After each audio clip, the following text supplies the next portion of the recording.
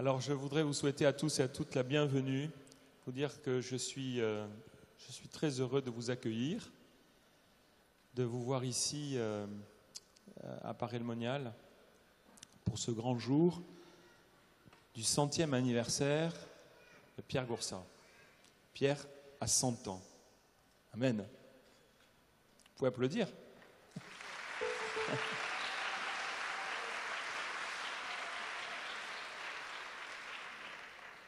Alors, au-delà de cet événement, de cet anniversaire, je voudrais vraiment peut-être en redonner le sens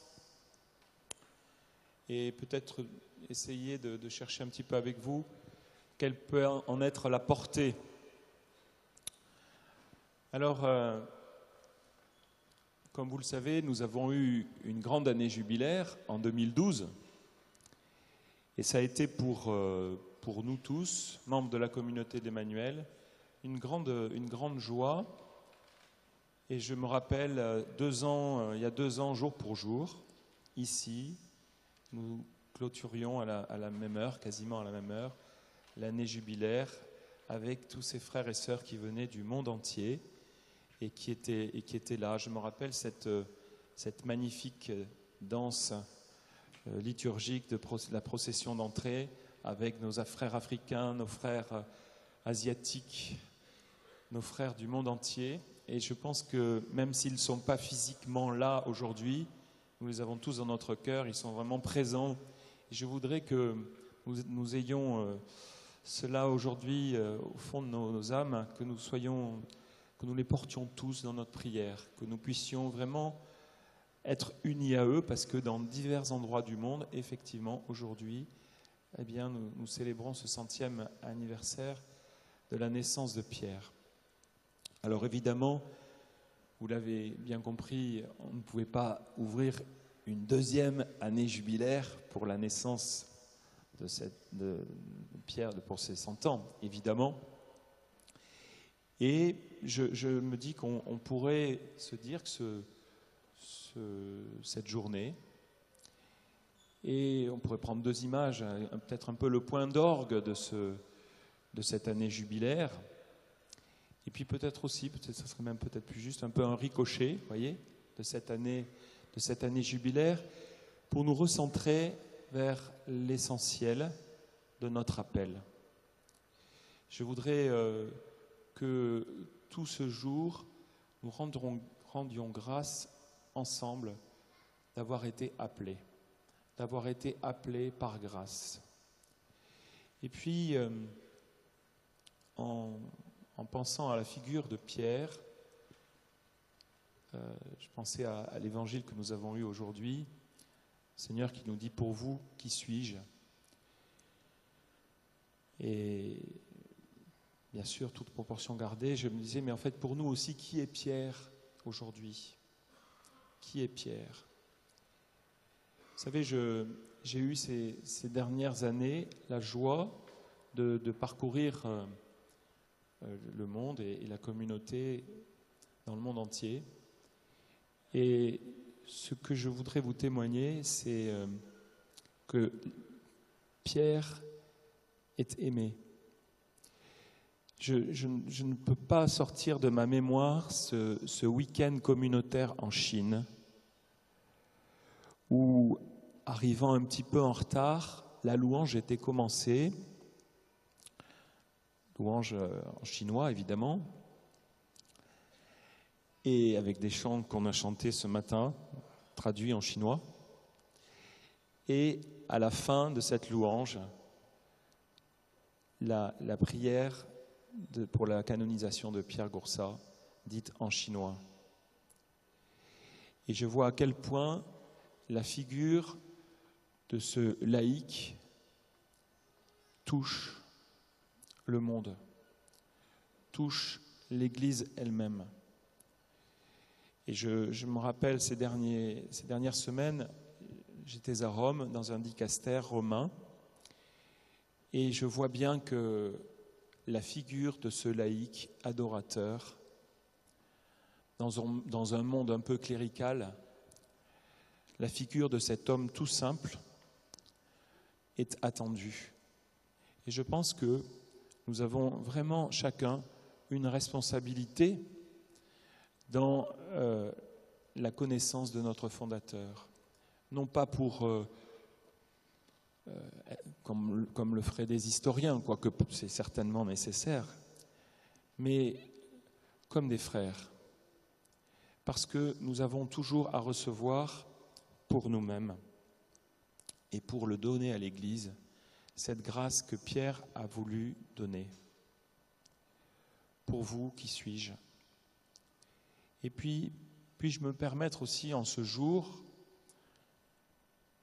de nous interpeller les uns les autres en nous disant, pour nous,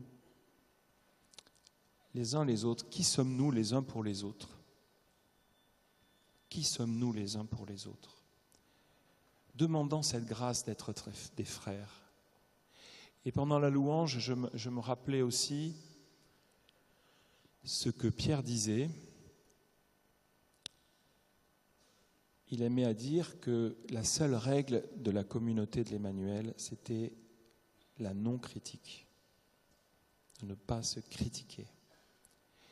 Et je voudrais, en ce jour de ricochet de ce jubilé, où nous allons vraiment porter d'une certaine manière la communauté tout entière, de manière particulière, je voudrais que nous nous rappelions cette règle, pour que chacun de nous, dans nos provinces, là où nous sommes, là où nous vivons, comme des petits grains de sénévé, parce qu'il ne s'agit pas d'aller faire la morale aux autres, mais il s'agit d'être des témoins de cette non-critique.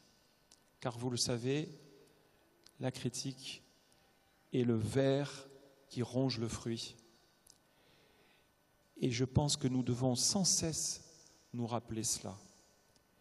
Et c'est toute la vie de Pierre, en fait, à travers cette règle de la communauté. Et ce petit grain de sénévé, c'est un appel à l'humilité, à la simplicité. Un frère me disait ces jours-ci que Pierre aimait leur dire, mais l'humilité, c'est la porte ouverte. C'est la porte ouverte, c'est la seule porte. Donc demandons cette grâce. Et puis peut-être aussi, vous savez, dans les temps jubilaires, dans les temps justement où on fête des anniversaires dans l'Église, c'est le temps aussi de la remise des dettes. Et je voudrais vous inviter, et l'évangile d'hier m'y a fait penser, où le Seigneur nous demandait de pardonner. Non pas 7 fois, mais 77 fois 7 fois. Eh bien, peut-être que justement, nous pouvons, inspirés par cette grâce, demander au Seigneur de donner et d'accueillir les pardons qui n'ont pas été donnés. Je vous le demande, chers frères et sœurs, nous ne sommes pas si nombreux que ça, mais nous pouvons, et je vous invite à l'être, ensemble, être ces petits ferments, ces petits sénévé qui allons à nouveau ressemer cette grâce de la non-critique, cette grâce du pardon et de l'unité, bien qu'elle soit déjà magnifique. J'ai bien vu ces dernières semaines, à travers les différents forums dans lesquels je me suis déplacé, notamment à Altötting, notamment à Częstochowa, au Québec. Je vois bien que cette grâce de l'unité est à l'œuvre. Je vois bien que cette grâce de la communion est à l'œuvre. Je vois bien que cette grâce de la charité est vraiment présente et porte la communauté. Rendons grâce pour cela. Mais demandons toujours plus cette grâce de l'unité, cette grâce de la charité, cette grâce de la miséricorde entre nous. Soyons exigeants pour cela. Demandons cela. Et peut-être en ce jour-là, pour nous-mêmes, demandons-nous si nous avons des pardons à donner, si nous avons des pardons à accueillir. 77 fois 7 fois. 77 fois 7 fois. Et puis pour terminer, je me disais que nous pouvons, en cette journée, aussi, inspirés par le pape François, parce que je ne sais pas si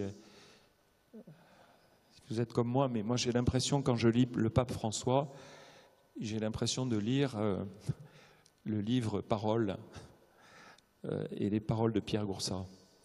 On a l'impression, avec ce style direct, vous voyez, qui interpelle, qui remue, qui touche les cœurs des gens simples, enfin comme moi, comme nous, et qui, en fait, on comprend tout, quoi. C'est ça qui est bien, on comprend tout. Et je pense que nous devons accueillir ces paroles du pape, et particulièrement, je voudrais qu'en ce jour, nous soyons attentifs à 2 points. Il y en aurait tellement, mais j'en ai choisi 2.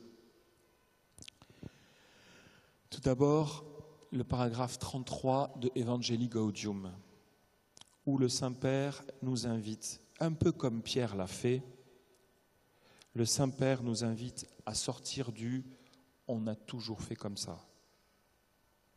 On a toujours fait comme ça, donc c'est bien. Eh bien, c'est bien pour nous aussi, dans la communauté. Souvent, on dit « oui, mais on a toujours fait comme ça ». Eh bien, le pape, et puis Pierre certainement aussi, par sa liberté, nous invite à sortir de ce qui est préétabli, voyez. Demandons en ce jour cette grâce-là pour le monde, pour l'Église, parce qu'avant tout, nous sommes là pour l'Église, nous sommes là pour aimer l'Église, pour servir l'Église, pour participer à ce temps extraordinaire de l'Église, à ce temps de mutation que vit l'Église, peut-être comme jamais dans son histoire. Donc demandons cette grâce, que la communauté soit toujours nourrie de ce charisme-là, non pas dans la provocation, non pas pour faire bien, mais parce que c'est un appel de Dieu à vivre dans l'humilité. Et puis, autre point, autre petit paragraphe avec lequel je voudrais que nous partions aussi aujourd'hui, commencions cette journée et puis après, c'est ce même Evangelii Gaudium au paragraphe 47, où le Saint-Père nous invite à ouvrir les portes largement, et plus largement encore que nous l'aurions imaginé. Ouvrons nos portes, ouvrons les portes de nos cœurs, de la communauté. Le cardinal 23 qui visitait le Conseil international de la communauté il y a quelques semaines nous disait « c'est le viens avec moi qui touche ». Et c'est ainsi, et je cite le cardinal encore, et c'est ainsi que nous allons pouvoir témoigner au monde d'une certaine lumière. C'est le viens avec moi qui touche. Demandons cette grâce d'être visible pour être crédible, d'être audible pour être crédible. Demandons cette grâce-là ensemble. Aujourd'hui, comme un appel nouveau, toujours nouveau. Demandons cela à Pierre aussi, qu'il nous aide. Et je voudrais aussi que nous portions encore une fois tous nos frères, et particulièrement les malades, ceux qui souffrent, nos frères de la Croix glorieuse, que Pierre avait initiés. Demandons cette unité aussi avec eux. Prions avec nos frères qui sont loin, nos frères qui souffrent, nos frères qui sont dans des lieux, je pense aussi aux régions qui sont frappées par le virus Ebola, nos frères qui sont certainement, certains peut-être angoissés aussi. Je pense aussi à nos frères du Moyen-Orient. Dans quelques jours va débuter le forum des jeunes en Égypte. Prions pour eux. Prions pour nos frères de Terre Sainte aussi qui souffrent. Prions avec eux pour les chrétiens d'Irak, encore une fois. Demandons cette grâce de porter dans la compassion tous ceux qui souffrent. Et faisons-le, si vous le voulez bien, en ce jour de l'Assomption avec la Très Sainte Vierge Marie. Je voudrais vous partager quelque chose de peut-être un peu personnel. mais je me permets de le faire parce que je pense que c'est pour la communauté. En fait, ces dernières semaines, je ne rentrerai pas dans les détails, mais j'ai redécouvert à quel point, de manière presque, j'allais dire, oui, très très forte, la nécessité que nous vivions notre vie communautaire avec la Vierge Marie, que nous soyons, que nous fassions rien sans elle, que nous nous consacrions de manière forte tous les jours à Marie, parce que hors d'elle, nous ne pouvons pas faire grand-chose, parce que c'est elle qui nous mène vers Jésus. Demandons-lui cette grâce, demandons-lui d'être tous les jours avec elle, comme Pierre, de la prier, de l'aimer, et avec Thérèse aussi qui disait « elle est plus mère que reine ». Prenons-la comme notre mère, qu'elle soit dans nos foyers, dans nos cœurs, dans nos maisonnées, vraiment celle qui nous conduit comme une maman. Vous savez, frères et sœurs, je vous dis ça parce que je crois que c'est vraiment important. Nous avons besoin de la Vierge Marie. Nous avons vraiment besoin d'elle. Nous avons besoin de sa douceur. Nous avons besoin de sa maternité. Elle est de plus en plus nécessaire au temps nouveau de l'évangélisation, au temps nouveau que la communauté va vivre, dans les combats par rapport à la mission qui s'annonce.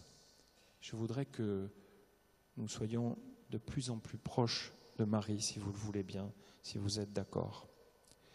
Puis, je me disais en arrivant, en fait, on faisait cette réflexion avec Christelle, quel dommage qu'il n'y ait pas de fleurs autour de Marie aujourd'hui. Il y en aura peut-être dans la journée. Mais, en fait, les fleurs sont là. Voilà. Et je me dis que nous sommes les fleurs de Marie, le bouquet de fleurs.